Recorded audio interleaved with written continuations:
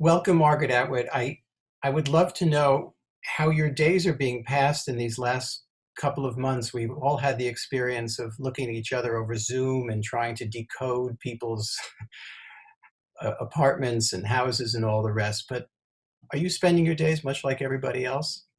Well, probably in a slightly different way. You would think that that time would hang heavy on your hands and you would wonder how to fill it. It's been the opposite because believe it or not, these online things take often quite a bit of preparation. Whereas an in-person event, all you have to do is show up. So it's been a steep learning curve for a lot of people, and particularly ones who were tech troglodytes, like the red button, your mic is off. We had quite You're on mute. You're on mute. Yes. yes, we're only seeing the top of your head, things like that. But this is what we have, so people are learning how to use it in creative ways. Now, you would think for a writer, this would be, or at least there would be the possibility of turning it into an opportunity. That seclusion, quiet, the ability to not go out very often. Well, Um, yeah, David. it sounds like a writer's life anyway. I'm afraid so. So what we're hearing from them as well, some of them are too anxious to write. It's made them very anxious. People with spring books out are having a tough time. So creative ways of trying to help out them. And people who thought that they were going to use this time to finish their mega novel. Um, Possibly some of them are progressing in that direction, but others are baking. How about you? Are you baking or writing? I'm doing some baking.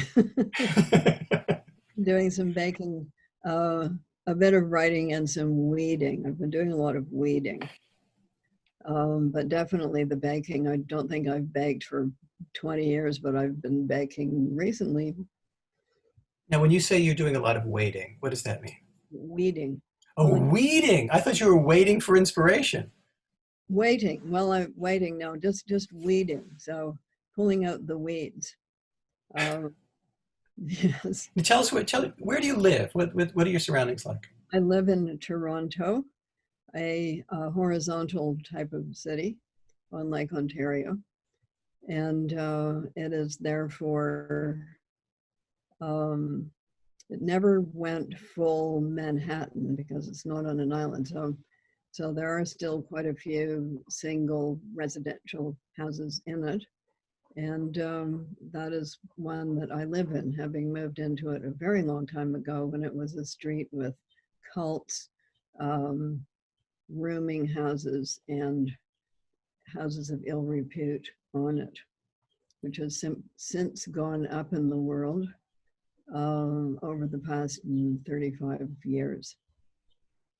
And what's it been like the last couple of months when you step out of your house?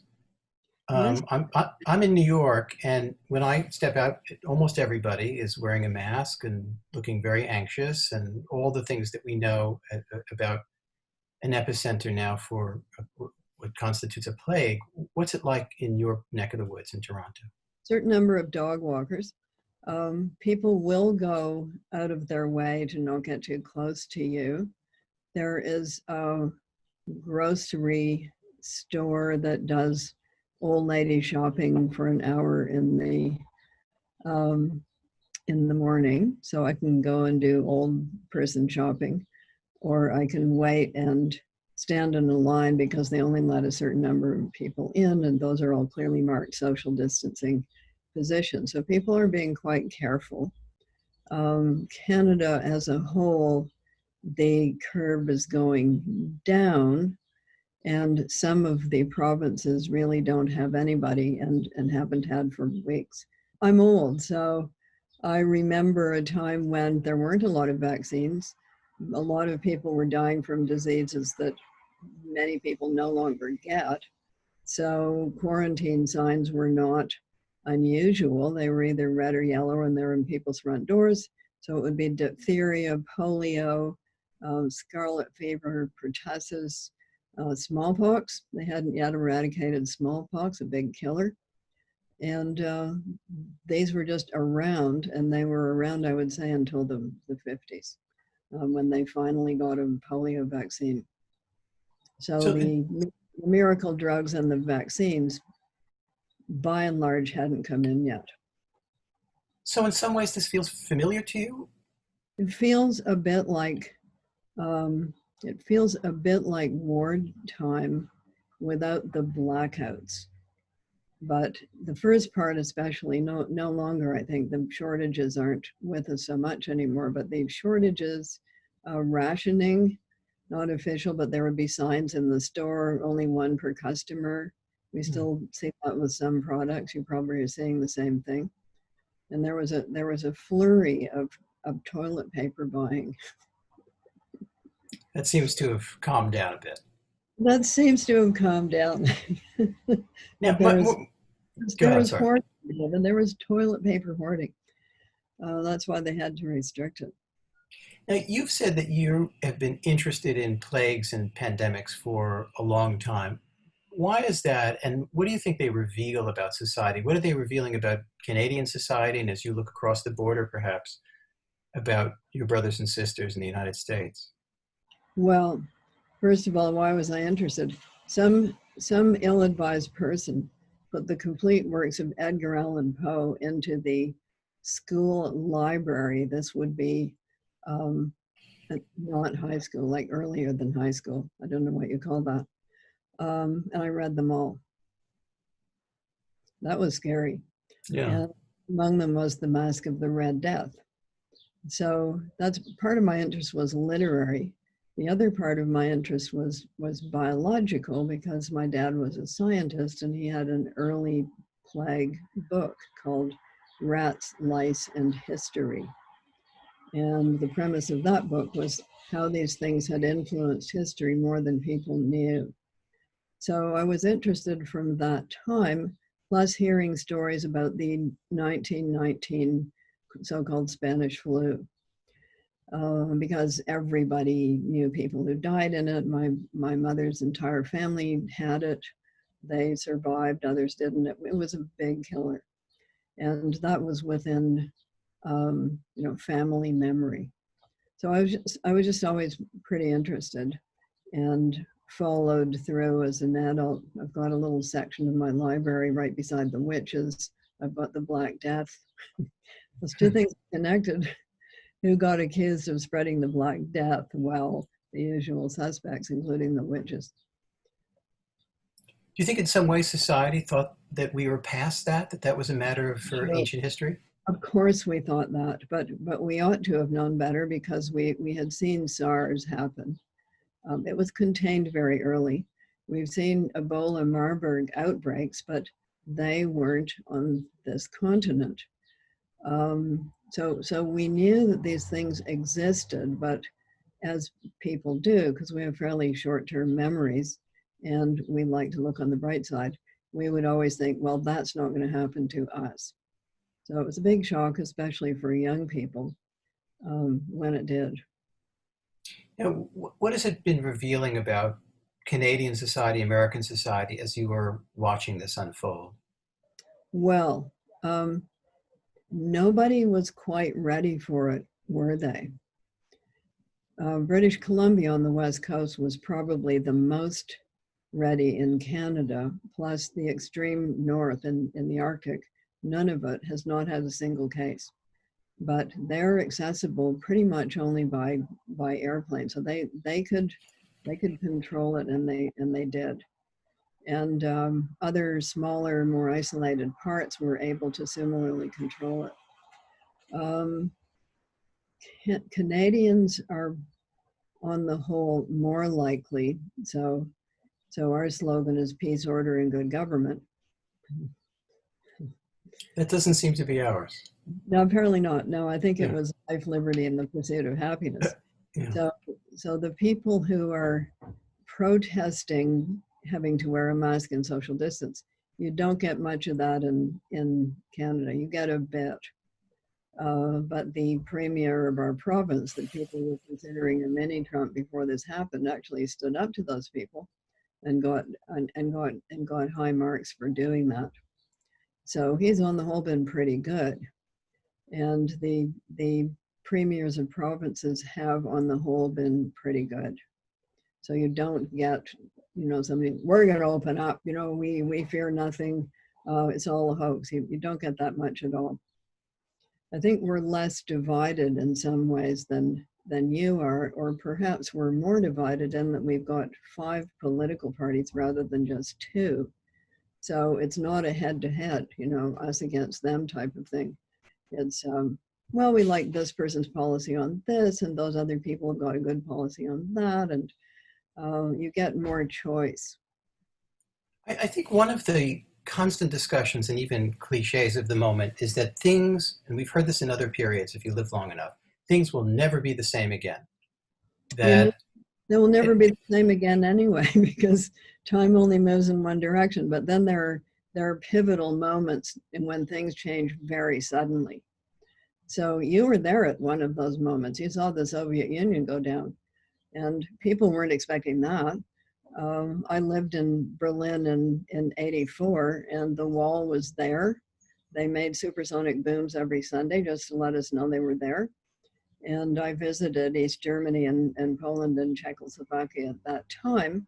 And the only place that looked as if it was going to crumble was Poland, where people were paying not much attention to the rules. But the other places were very tight. So in 4 years, essentially, no, a bit more, 5 years, that was gone, just overnight. And I was in Berlin again right at that time in '89, and I saw the wall coming down. I bought a couple of pieces of it, David. Colored was more expensive. Yeah. But I guess my point is that we think things are never going to be the same, but they're not going to change necessarily in the direction we thought they would. We thought the Soviet Union, for example, might have turned out differently than it has. All kinds of things. Democracy where everybody was happy and skipping about. No, that didn't happen. For a while in the '90s, we were told end of history. Guess what? That was wrong.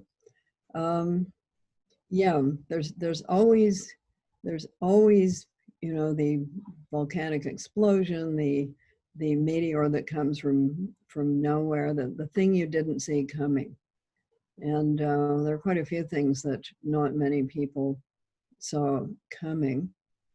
But how things are maintained, what keeps a structure in place, and then what causes it to just crumble. That's of endless fascination to me, since I was born in 1939, and therefore that I went through what as a child, and have been very interested in totalitarianisms ever since. And yes, they won't be the same, but we don't know exactly how they won't be the same. I also was at the University of Toronto during the heyday of Marshall McLuhan, who would be having a field day right now. How do you mean? Oh, yes. Well, he was the one who said the medium is the message. So he Right. would be applying that to all sorts of new technologies. So it isn't necessarily what you transmit with the technology, but how the technology works and how it interacts with your brain, at a neurological level. Why is it harder to remember things you read on the screen than it is to remember things that you read in print? He was very on top of all of those kinds of things. So he would be on your show right now, I expect, if he were here. So it has led me to look at, changes. How did print technology change the way people thought? How did television change the way people thought? How has the internet changed the way people thought? And now, what are the possibilities of something like Zoom? And what is it going to mean that a lot of companies are going to continue work from home policies because they will? So if you have For a variety of reasons, it's cheaper for them. you don't have to sit in a car. If you're a commuter, you don't have to sit in a car for 3 hours every day, which is going to be bad news for audiobooks. That's true.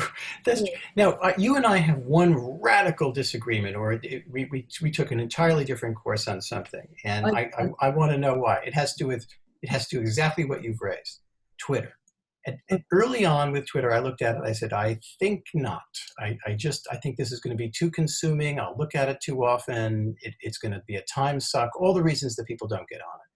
And Okay. sometimes when I look at, and I look at it all the time, I think it sometimes can be a cesspool of ugly, and and That's you cool. saying, well, thank God I'm away from that. You, on the other hand, participate in Twitter. You're fantastic at it. You're very funny. You seem to have a good time with it. How is it added to your life, and which ways is it good and bad? Right. That is the first question. How did I get into such a thing? Okay, I take you back to the crash of 2008.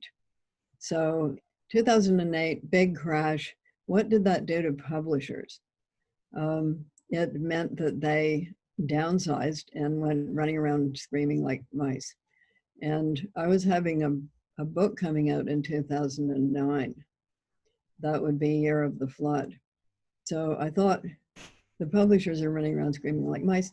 I probably am not going to get a lot of help launching my book. So what did we do? It happened to be a book that lent itself to this. We did a book launch that was a combination musical, dramatic performance, book launch, and fundraiser for birds in your head. And we ended up doing it in 23 cities, but I built a website for it, never having done such a thing. I had actually a beautiful designer. And they said to me, you need a Twitter feed. This was when Twitter was in its infancy. And I said, what is that? And they said, it's really easy and do it. So I blogged this book launch, and I also tweeted this book launch back in 2009. What do you think of all this? Should Twitter just be considered a platform, or Facebook just be considered a platform, or is it a publisher, and is it therefore should be open to control and lawsuits? It's a publisher. But usually the people who get sued for what they put on Twitter are the people who put those things onto Twitter. So yes, it's publishing. Now, whether Twitter is a publisher per se or not, but tweeting something is publishing. It's making it public. So yes, you can be sued for it, and many people have been. We've heard from politicians, and not just Donald Trump, but also Macron and others, use the language of war to describe the pandemic and the effort to, I don't even know if this is the right verb, but to defeat it. What do you think of that? I think it's stupid. Next, do you want a longer answer than that? Yeah. Yeah, it's not a person. It's not a country. It's not an army. So the kinds of things that you might use in a real war don't apply. So you can make metaphors out of that. You can say containment. You know, that's also a military term. You can't outthink a virus because a virus doesn't have a brain. And there are no double agents among them, the virus particles. You know, so you can't get inside information. You have to rely on actual scientists to do that. So we're not, war is just, you know, tossed around a lot as a metaphor, the war on COVID-19. I don't think it's not really that appropriate. It's a disease, it's a virus, it's a medical emergency, if you like, but it is not an actual war. You mentioned earlier some of the things that are potentially useful or good or maybe neutral that'll come out of the pandemic, how we work, all kinds of things. Do you have any political concerns about how the pandemic can be exploited by pernicious political leaders in any way? Well, anybody who's read a lot of sci-fi already has the answer to that. And you yourself, because you've been in the East quite a lot, you know the answer to that too. Any emergency is likely to be exploited by a group seeking power. That is just a recurrent motif of human history. And what will probably keep the United States from the extremes of that is that it's a very diverse, rowdy country. So Americans don't line up very easily. You know, if you say stand in a row, um, some people stand in a row, but other people just not stand in a row.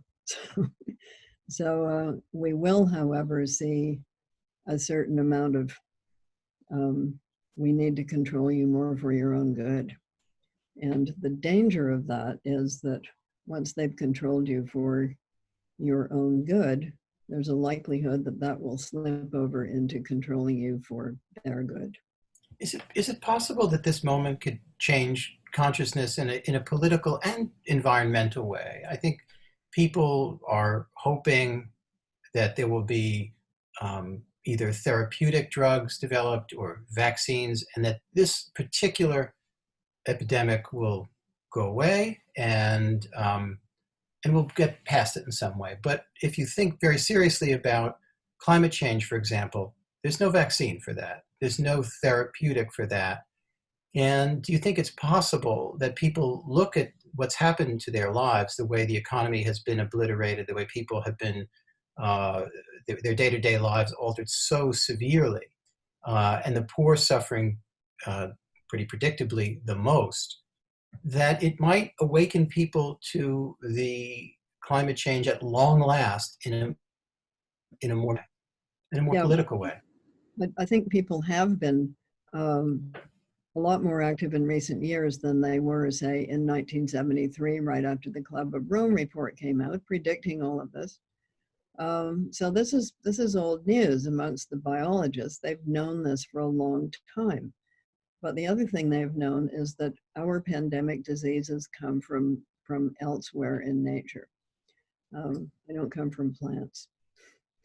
They come from animals that act as hosts for them.